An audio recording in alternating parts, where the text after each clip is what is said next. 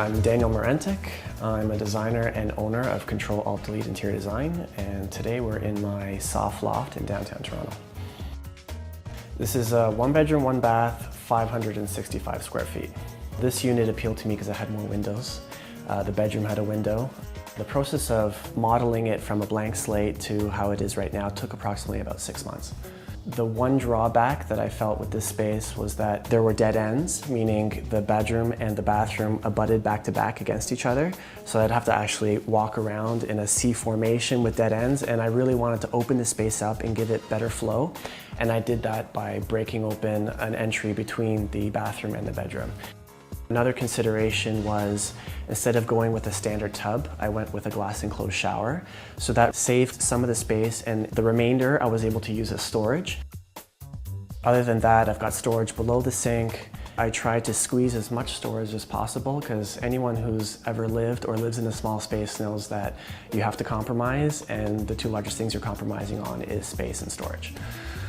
I tried to save costs in maintaining what the builder had put in, but like you see in the shower, I removed just one row of ceramic tiles and added some marble there just to give the whole bathroom a little bit more expensive look.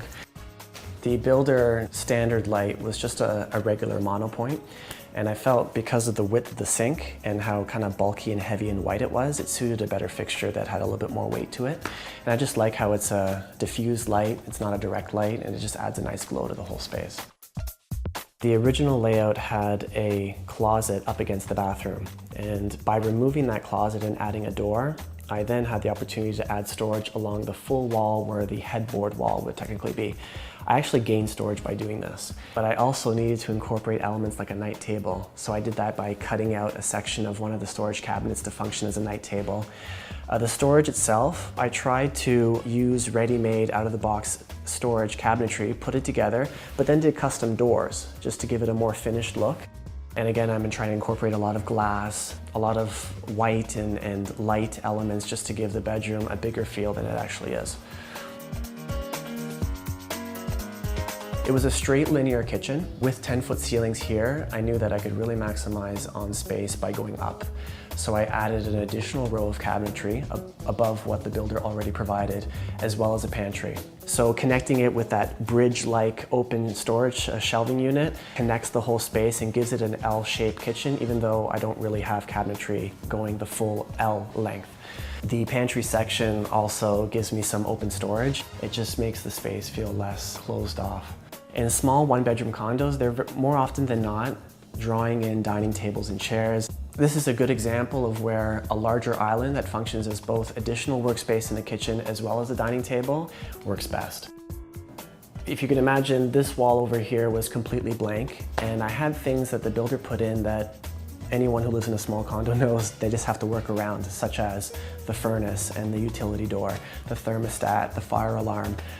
So how could I trick the eye into looking at something other than what's ugly? And in this case, I decided to incorporate some great tiles, have that industrial sort of cement look to them. And this also gave me an opportunity to incorporate a fireplace. And it's difficult, and I think rarely ever possible that you can get the builder to run a gas line for you to do a proper gas fireplace. But this is the next cheapest and best thing, which is ethanol. And in this particular situation, I wanted to play around and see if I could do a 2-sided fireplace, and I achieved that by cutting a hole in the wall. The bedroom door slides in and behind the fireplace for privacy, but when the door is closed, the fireplace functions as a double-sided fireplace. The space allowed for an L-shaped sofa. I had looked to find one that would be a pull-out bed and offer that extra bedroom per se in a small space, but I really found that doing the L-shaped sofa with a large enough of a length to function as a bed would work best. In a small space too, I think it's best when furniture is raised from the floor, just to give that perception that the floor keeps on going. And I used glass as coffee tables again to give a more see-through look.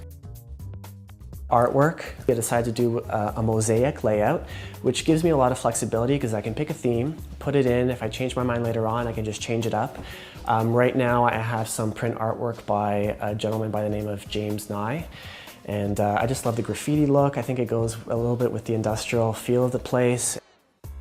I really splurged on the chair. I really liked it. I knew I needed a unique piece. It looks see-through, so it doesn't look heavy up against the sofa, but it also has that depth and the size to go with the sofa.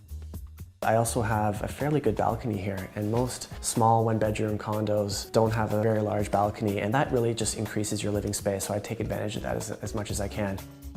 I have been accustomed to living in small spaces for a long time.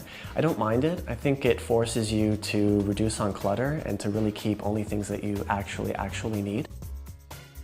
Designing your own place is definitely rewarding. When you put a lot of effort into it, it becomes a signature piece for yourself, and if it's something you can get to come home to every day, it's great.